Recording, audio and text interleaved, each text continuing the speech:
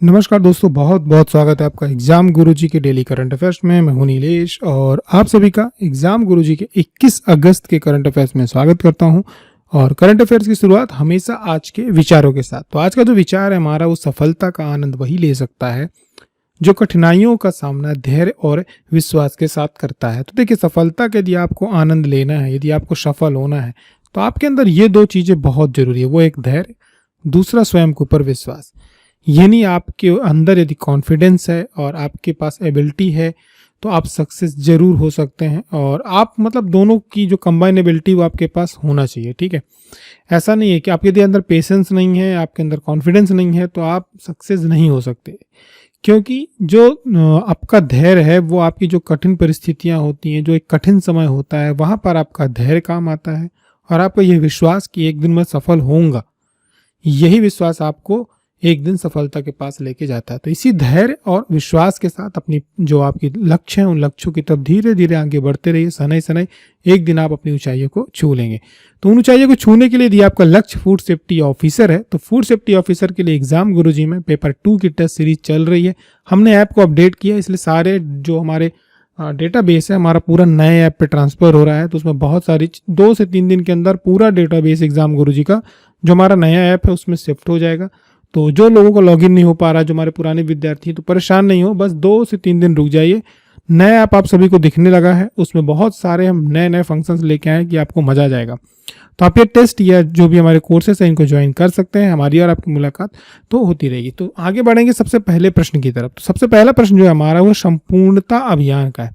देखो, ऐसा है कि अभी हुआ क्या है कि मध्य प्रदेश शासन ने एक प्रोग्राम आयोजित किया था जहां पर हमारे कई अधिकारियों को सम्मानित किया गया। तो उसी से जुड़ा हुआ ये प्रश्न है कि संपूर्णता जो अभियान है इसका मुख्य उद्देश्य क्या है। तो इसका जो मुख्य उद्देश्य है वो 2 है।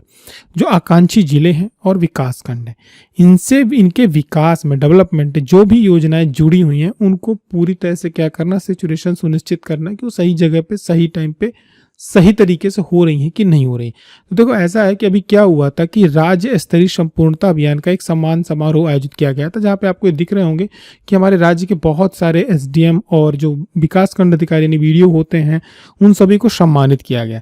तो ये सम्मानित क्यों किया गया? देखो यार, जो संपूर्णता अभियान आने वाले समय में आपसे पेपर में पूछा जा सकता है कि ये संपूर्णता अभियान का संबंध है, तो याद रखना, आकांक्षी जिला कार्यक्रम और विकासखंड कार्यक्रम। ठीक है, ये 2 कार्यक्रम बहुत पहले से चल रहे हैं। इनमें क्या होता है, इनमें जो गर्भवती महिला होती है उनका पंजीयन करना, पोषण का टीकाकरण, बच्चों का टीकाकरण, पोषण अभियान, मृदा स्वास्थ्य कार्ड और मधुमेह और हाई बीपी वगैरह की जो भी टेस्टिंग होती है उनको करके उनको सही मेडिकल ट्रीटमेंट उपलब्ध कराना, स्कूलों में बिजली उपलब्धता देखना, पाठ्य पुस्तकों का सही वितरण होना चाहिए। ऐसे बहुत सारे टारगेट्स है सरकार के, जो जिला स्तर पे और विकासखंड स्तर पे उनको क्या करना है, उनको आपको क्या करना, सही टाइम पे डिलीवर करना है। ये रिस्पॉन्सिबिलिटी किसकी है? प्रशासनिक अधिकारियों की। प्रशासनिक अधिकारी कौन? जो विकासखंड स्तर पे होगा वो देखेगा यानी वीडियो, और जो जिला स्तर पे होगा तो वहाँ पे जो कलेक्टर जिम्मेदारी देंगे वो देखेंगे। तो उन्हीं लोगों को इससे सम्मानित किया गया है। ठीक है, आने वाले समय में आपसे इस पे से जुड़ा हुआ प्रश्न पूछ सकता है। तो जो आकांक्षी जिला कार्यक्रम है, जो एस्पिरेशनल डिस्ट्रिक्ट प्रोग्राम है यानी एडीपी है, ये 2018 में केंद्र सरकार की तरफ से चालू किया गया था। और इसमें क्या था, इसका उद्देश्य था कि जो जिले पिछड़े हुए हैं, ठीक है, उनके हम तेजी से सुधार करें। तो क्या होगा कि जब उन जिलों को हम तेजी से डेवलप करेंगे, हम पहले एक टारगेट बनाए कि हमें इतने जिलों को क्या करना है, डेवलप करना है, तो आस पड़ोस के जिलों में स्वाभाविक रूप से उसका प्रभाव पड़ेगा। लेकिन टारगेट भी होने चाहिए कि हमें हेल्थ सेक्टर में, न्यूट्रिशन सेक्टर में, एजुकेशन में, एग्रीकल्चर में, फाइनेंशियल इंक्लूजन में, इंफ्रास्ट्रक्चर में, इन फील्ड में हमें क्या क्या काम करने हैं। तो जब जिले के जो मुखिया होते हैं उनको टारगेट्स दिए जाएंगे, वो इस पे काम करेंगे, तो स्वाभाविक रूप से इन पे जब अच्छा काम होगा तो बाकी योजनाओं भी पे क्या होगा, काम बढ़िया होगा। अब लेकिन जिला एक बड़ा स्तर हो जाता तो उसको विकासखंड स्तर पे ले जाया गया 2023 में। 2023 में उसको सबसे पहले क्या बांट दिया गया कि जो आकांक्षी जिले हैं, लेकिन इन दोनों को अलग अलग चूज किया गया। ठीक है, यहाँ पे जो असमानताएं हैं ब्लॉक स्तर पे उनको क्या करना, कम करना। तो ठीक है, तो एक कंपटीशन की जो वो थी, एक बोलते ना कंपटीशन की भावना पैदा करना था। बढ़ेंगे आगे की तरफ। एक बेहतरीन प्रश्न है, ये एक अच्छा प्रश्न है। खेलो इंडिया वाटर स्पोर्ट्स फेस्टिवल 2025 का शुभंकर क्या है? इसका शुभंकर जो है हिमालयन किंग फिशर है। ये तो अलग बात है, लेकिन क्वेश्चन क्यों आया? क्वेश्चन इसलिए आया कि हमारे देश का पहला खेलो इंडियन वाटर स्पोर्ट्स फेस्टिवल 2025 क्या किया जा रहा है, आयोजित किया जा रहा है। कहाँ किया जा रहा है? डल झील में, जम्मू कश्मीर में। और ये 21 से 23 अगस्त तक जम्मू कश्मीर का जो डल झील है, ठीक है, जहाँ पे शिकारा वगैरह चलते हैं, आपने देखे होंगे, उस पे ये आयोजित किया जा रहा है।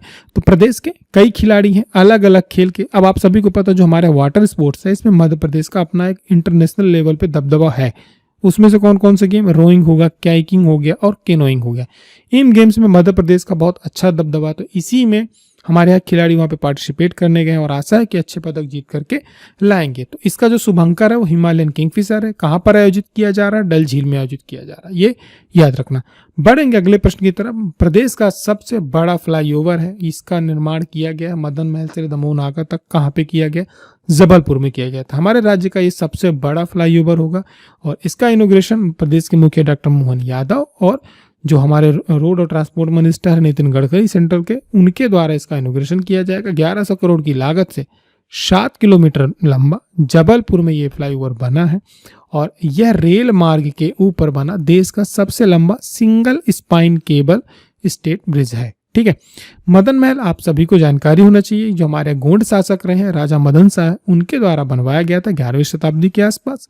और रानी दुर्गावती का भी यहाँ से संबंध रहा क्योंकि वो गोंड रानी थी और उन्होंने भी यहाँ पे अपने कई जो वो है सैनिक स्थल है वो बना करके रखे थे।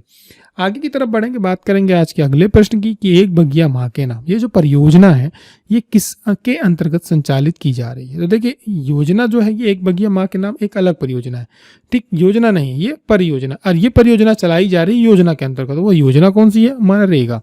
ठीक है, मनरेगा का जो फंड है वो सेंट्रल गवर्नमेंट की तरफ से आएगा। सरकार उस फंड को जो टारगेट दिए गए हैं उस पे ही लगाएगी, लेकिन उसका तरीका उसने बदल दिया। तरीका क्या बदला? उसने बोला हम एक अभियान चलाएंगे, एक बगिया, बगिया से आपको समझ में आ जाएगा, यानी एक बगीचा तैयार करना है। किसके नाम? माँ के नाम। तो अब इसमें क्या होगा, सरकार ने ये कहा कि भाई हम 31,000 स्वयं सहायता जो समूह है उनको पकड़ रहे हैं। 30 लाख से अधिक आप लोगों को पौधे लगाने। पौधे नॉर्मल नहीं होंगे, फल वाले पौधे लगाने, क्योंकि उस फल वाले पौधे का एक फायदा ये है कि उसकी लाइफ लंबी होती है और लोगों को दोनों चीजें मिलती, छाया भी मिलता है और कुछ फल भी मिलते खाने को। तो इससे रोजगार भी डेवलप होगा। जनजातीय क्षेत्र में इसको लगाया जा रहा है तो वो फल बेचेंगे तो उससे उनकी इनकम भी क्या होगी? बढ़ेगी। इसमें कई प्रकार के प्रश्न बन सकते हैं। उनमें से एक प्रश्न तो ये हुआ कि ये किसके अंतर्गत चल रही? तो मनरेगा के अंतर्गत। दूसरा, इसमें एक सिप्री सॉफ्टवेयर का यूज किया जा रहा है। एक, ठीक है, सॉफ्टवेयर का यूज इसलिए किया जा रहा है कि इसमें कौन से स्तर पे किस प्रजाति का पौधारोपण कब लगाया गया उसका पूरा क्या हो जाएगा? ट्रेस होगा। ठीक है, तो सिप्री सॉफ्टवेयर का यूज किसमें किया जा रहा है? तो पौधारोपण में एक बगिया माँ के नाम पे किया जा रहा है।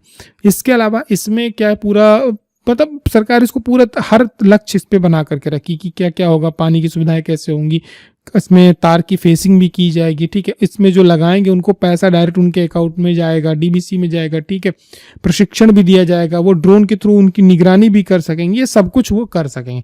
सरकार इसको क्या करेगी? पुरस्कृत भी कर रही है। तो ग्रामीण स्तर पे अलग अलग स्तर पे अलग अलग पुरस्कार दिए जा रहे हैं। लेकिन ये अभियान आपसे पूछा जाएगा कब से कब चलेगा, तो याद रखना 15 अगस्त से 15 सितंबर तक। ठीक है, 1 महीने चलने वाला ये अभियान है। क्यों भाई? बारिश हो गई है, बारिश के बाद जमीन गीली है, तो ये सबसे अच्छा समय होता है पौधारोपण का। तो आप लोग भी करिए। आगे बढ़ेंगे। पिछले दिनों हमने आपसे एक प्रश्न पूछा था कि राजा भभूत सिंह किस क्षेत्र से संबंधित है। देखो, राजा भभूत सिंह जो क्षेत्र से संबंधित थे उसका उत्तर तो मिल जाएगा, लेकिन इनको लाया क्यों गया? इनको लाया इसलिए गया है क्योंकि इस साल हमारे यहाँ 3 पर्सनालिटियां हैं जो लगातार खबरों में रही। एक रानी दुर्गावती, दूसरी हमारी देवी अहिल्याबाई और तीसरे हमारे भभूत सिंह।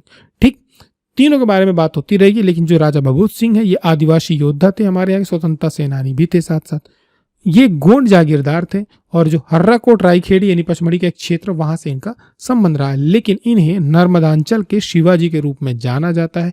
शिवाजी की खासियत क्या थी? गोरिल्ला युद्ध, ये इनकी भी खासियत थी। इसलिए याद रखना कि नर्मदांचल के शिवाजी किसे कहा जाता है? राजा भभूत सिंह को कहा जाता है। इसके अलावा इनका जो संबंध रहा है किससे रहा है, जो हमने आपसे प्रश्न पूछा था, सतपुड़ा की घाटियों से। तो एक प्रश्न ये भी बनता है आपका। ठीक, 18 स्वतंत्रता संग्राम के दौरान इन्होंने तात्या टोपे को शरण दी थी। ठीक है, कई दिनों तक ये वहां पर उनकी रणनीति वगैरह बनी थी।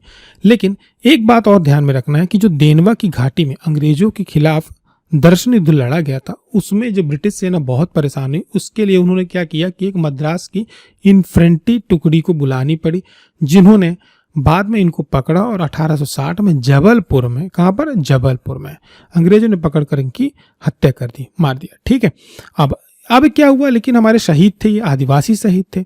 आदिवासी समुदाय में एक शहीद के रूप में इनको सम्मानित करने के लिए जो कोरकू लोकगीत है उसमें परंपरा में इनको आज भी क्या किया जाता है, श्रद्धांजलि दी जाती है गीतों के माध्यम से।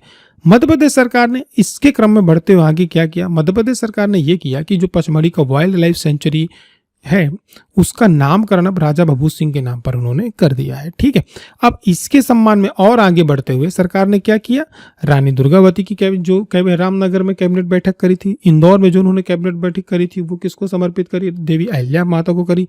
इसी क्रम में बढ़ते उन्होंने जो पचमढ़ी की कैबिनेट बैठक करी है, ठीक है, उसको आयोजित किया है, वो पचमढ़ी क्षेत्र में वो राजा भभूत सिंह की याद में किया, उनको समर्पित किया है। तो मोटी मोटी बातें थी जो यहाँ से प्रश्न बन सकते हैं। लगभग जो सेक्शन है वो हमने आपके कवर कर दिए। उनका नाम राजा भभूत सिंह, गोंड जागीरदार थे, कहाँ संबंधित थे, हर्राकोट रायखेड़ा से।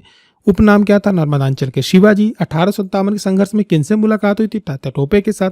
कौन सा युद्ध लड़ा था, देनवा घाटी में युद्ध लड़ा था। कैसे पकड़े गए थे, या किस मिलिट्री के द्वारा, इन्फेंट्री के द्वारा, मद्रास इन्फेंट्री के द्वारा 1860 में। फांसी या शहादत कहाँ हुई, जबलपुर में हुई। किन जनजाति में इनकी स्मृति में गीत गाए जाते हैं, कोरकू लोकगीत और लोक कथाओं में। कौन सा अभी हमारे यहाँ का नाम टाइगर इसका सेंचुरी का नाम बदला गया, पचमढ़ी वाइल्ड लाइफ सेंचुरी का नामकरण इनके नाम से किया गया। कैबिनेट बैठक किसके याद में की गई थी, राजा भभूत सिंह के, कहाँ, पचमढ़ी में। तो ये मोटी मोटी बातें थी, यहाँ से ये प्रश्न बन सकते हैं। आशा है कि आपके जो फैक्ट्स है वो क्लियर हो गए होंगे। तो कुछ इसी प्रकार के उत्तर आपको डेली के प्रश्नों में देने का प्रयास करना चाहिए। इससे क्या होगा, हमारा प्री भी मजबूत होता है, हमारे फैक्ट्स भी मजबूत होते हैं, साथ ही साथ आपके मेंस की भी प्रिपरेशन होती जाती है। तो आज का प्रश्न आप सभी के लिए ये रहा आपकी स्क्रीन में कि यूनेस्को की जो वर्ल्ड हेरिटेज टेंटेटिव लिस्ट है इसमें ASI के किन किन को भेजा गया है मध्य प्रदेश की तरफ से, शासन की तरफ से, कि इनको भी हमारी साइट्स को सम्मिलित किया जाए। तो जो भी साइट्स हैं उनके बारे में छोटी छोटी डिटेल एक एक लाइन आपको जरूर कमेंट करके बतानी है। जिनके कमेंट्स अच्छे होंगे, आंसर अच्छे होंगे, एग्जाम गुरुजी उनको अपना हार्ट देगा। ज़्यादा से ज़्यादा कमेंट करिए, ठीक है, कंजूसी मत करिए, छोटी छोटी बातें लेकिन जरूर बताइए जो, ठीक है। और आंसर सभी लोगों को देने का प्रयास करना चाहिए, बहुत सारा नॉलेज आपको देखने को मिलेगा। तो हमारी और आपकी मुलाकात जो होगी वो अगले करंट अफेयर में होगी। लेकिन यदि आप असिस्टेंट प्रोफेसर के इंटरव्यू की तैयारी कर रहे हैं तो ये प्रोग्राम आपके लिए बहुत अच्छा है। इसमें हमारी जो टीम है, हमने बहुत अच्छी टीम तैयार की है, और विशेष तौर से जो करंट में सर्विस दे रहे हैं प्रोफेसर, हमने उनको रखा है, प्लस जो रिटायरमेंट की एज में पहुंच रहे हैं उनको भी रखा है। तो आप लोगों को यहाँ पे बहुत कुछ गाइड मिलने वाला है, 0 से लेके हीरो तक हम इसमें प्रोग्राम चला रहे हैं। साथ ही पेपर 2 का कोर्स है, आप इसको ज्वाइन कर सकते हैं। इनके लिए भटकना नहीं है, नीचे दिए गए नंबर पे आपको व्हाट्सअप करना है, सारी जानकारी मिल जाएगी। फिर हमारी मुलाकात होती है, तब तक ध्यान रखें अपना, पढ़ाई चालू करके रखें। जय हिंद, जय भारत।